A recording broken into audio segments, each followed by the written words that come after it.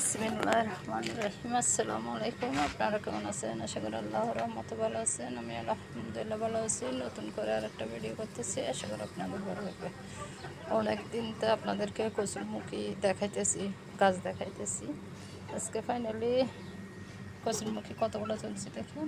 অনেক হয়েছে, আমি কিছু তুলছি আর কি, বেশি তুলিনি। এখন কতগুলো আর বেগুন ধরছে, ওই দিনে তুলছি, এখনও আবার তুলে ফেলছি, নষ্ট হয়ে যাবে। কিন্তু গাছগুলো অনেক দেরিতে উঠছে, আমি ইয়ে করতে পারিনি,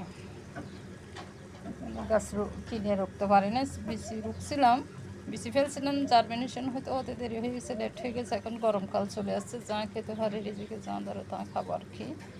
দেখুন টমেটো, কতগুলো টমেটো, আরও অনেক প্রতিদিন নিই। আজকের বড় দেখাইতেছি দেখুন।